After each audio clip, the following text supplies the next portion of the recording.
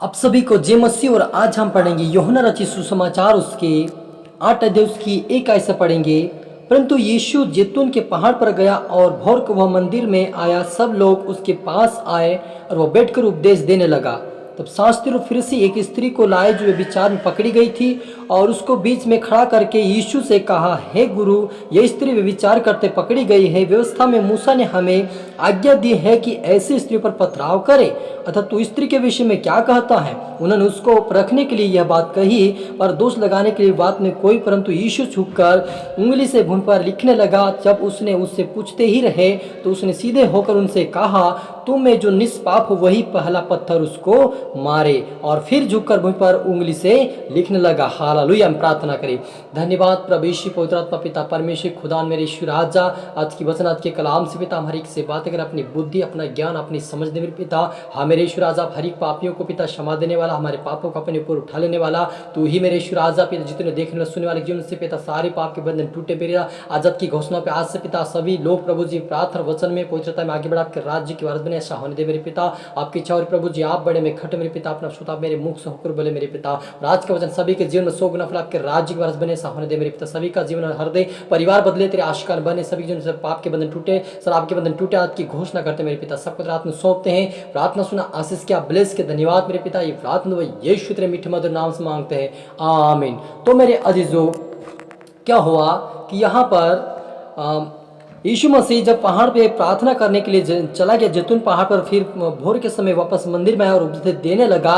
वहाँ पर फरीसी शास्त्री लोगों ने क्या किया कि एक पापिनी स्त्री को जो व्यभिचार करती उसको पकड़कर यीशु के पास लाया और कहा कि यीशु मसीह को कहा कि यीशु मसीह से उन्होंने कहा कि इस स्त्री के बारे में आप क्या कहते हो, क्योंकि जो कोई व्यभिचार पकड़ी जाती है उसको मूसा की व्यवस्था में लिखा है, मूसा ने व्यवस्था में लिखा है कि उसको पथराव करके मार डाले। लेकिन तू क्या इसके विषय में कहता है? क्योंकि वो ये चाहते थे कि यीशु मसीह क्या उत्तर दे। हालेलुया। यीशु मसीह की परीक्षा करते थे कि वो क्या जवाब दे, हमको इसके बारे में पूछते हैं। लेकिन यीशु मसीह ने क्या किया? तो यीशु झुककर उंगली से भूमि पर लिखने लगा। जब उससे पूछ ही रहे थे, वो बार बार उसको पूछ रहे थे कि हम क्या करें, इसका क्या करें, और वे लिख ही रहा था। और उन्होंने कहा कि जो भी तुम्हारे सब जितने जो जहाँ पर तुम खड़े उनमें से जो भी निष्पाप है वही पहला पत्थर मारे करके उनको कहा।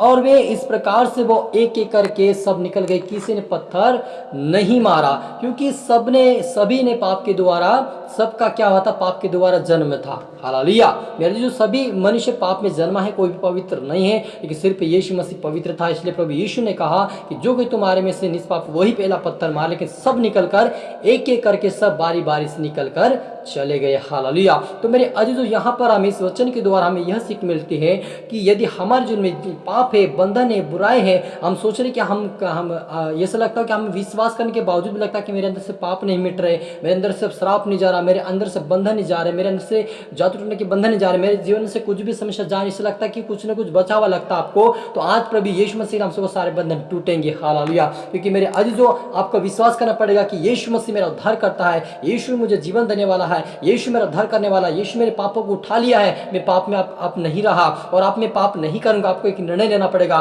तब आपको प्रभु यीशु मसीह उन पापों से आजाद करेगा। हालेलुया। क्योंकि इस स्त्री से यीशु मसीह ने कहा, क्या तुझे किसी ने पत्थर नहीं मारा? हालेलुया। वो कहने कि मुझे किसी ने पत्थर नहीं मारा। यीशु ने भी कहा कि जा, मैं भी तुम्हें क्षमा करता हूं, मैं तुम्हें पत्थर नहीं मारता हूं। लेकिन सुन, एक काम करना कि तू फिर से जाकर ऐसा गलत काम व्यभिचार कभी मत करना। यानी कि हमें प्रभु यीशु मसीह यह सिखाता है कि हम यदि हमारा पाप प्रभु यीशु मसीह के लहू के द्वारा एक बार धुल गया है, हमारे पाप क्षमा हो गए हैं, तो हमें फिर से वो पाप नहीं करना है। जो शारीरिक पाप है, जो व्यभिचार के पाप है, जो भी हमारे अंदर जो भी बुरे विचार, बुरे ख्याल आते हैं, उसके अनुसार हमें काम नहीं करना है। लेकिन हमें पवित्र आत्मा की सुनना, जो पवित्र आत्मा प्रभु यीशु का वचन कहता है, तुम पाप मत करो, बुराई मत करो, निंदा मत करो, चुगली मत करो, खून मत करो, चोरी मत करो। ये सारी बातें प्रभु यीशु मसीह के वचन में लिखा, उसका हमें पालन करना, हमें ध्यान देना कि प्रभु का वचन हमें क्या कहता है। हालेलुया। और जब हम इस प्रकार से प्रभु के वचनों का पालन करते हैं, हम फिर से पाप में नहीं जाएंगे, लेकिन पवित्र आत्मा हमें और भी उत्साहित करेगा। क्योंकि यीशु ने कहा कि तुम्हारे लिए मैं सहायक भेजता हूँ, अर्थात वह सत्य का आत्मा आएगा, तुम्हें सत्य की बात सिखाएगा। और वह अपनी ओर से ना कहेगा, लेकिन जो मैं कहूँगा उसी में से लेकर के तुम्हें सिखाएगा। यानी प्रभु यीशु मसीह हमें हर एक को, मेरे अजीज, जो आत्मा, पवित्र आत्मा का अभिषेक दिया है, वो हमारी मदद और सहायता करता है। तब करता है जब हम उसको पुकारते हैं। जब तक आप नहीं पुकारेंगे, आपका पिता जब को कुछ भी लाकर नहीं देंगे, वैसे हमारा परमेश्वर भी हमें पुकारना पड़ेगा प्रभु कि पवित्र आत्मा मेरी मदद कर, मेरी सहायता कर, मुझे पापों से बाहर ला, मैं पापों से निकलना चाहता हूँ, मैं बुराई से निकलना चाहता हूँ, मैं गलत नहीं करना चाहता, मैं तेरी इच्छा को पूरी करना चाहता हूँ। प्रभु यीशु पवित्र आत्मा मेरी मदद और सहायता कर, इस प्रकार से आप प्रार्थना करेंगे तो आपको प्रभु यीशु मसीह पवित्र आत्मा उन सारे बंधनों से आजाद करेगा और आपको स्वर्गीय राज्य के वारिस भी बनाएगा। हालेलुया।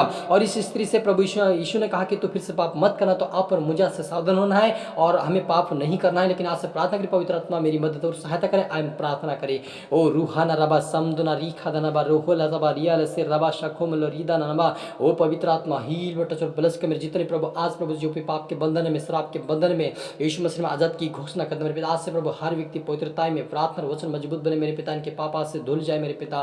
प्रभु तेरा आत्मा इनके जीवन में काम करे पिता। आपने कहा कि तुम्हारी सहाय वजह में मदद करेगा। इनके जीवन में तेरा आत्मा काम करे, इनको सिखाए समझाए, आपके राज्य के बारे में ऐसा होने दे मेरे परमेश्वर। आपकी इच्छा पूरी प्रभु आप बड़े हम खटे मेरे, क्योंकि महान और जीवित और परम प्रधान परमेश्वर पिता आप मेरे पिता। हर एक के जीवन में तेरा 100 गुना फल आशा है पिता परमेश्वर। आज के वचन के द्वारा सभी के जीवन 100 गुना फल आशा बरकत आपके राज्य के वारिस बने, ऐसा होने दे मेरे पिता। सबको तेरा आत्मा सौंपते मेरे पिता, अपना तेरा हाथ में देते हुए ये प्रार्थना दुआ यीशु तेरे मीठे मधुर नाम से मांगते हैं, आमीन। आप सभी गॉड ब्लेस यू। अगले वीडियो मिलते सबको जय मसीह।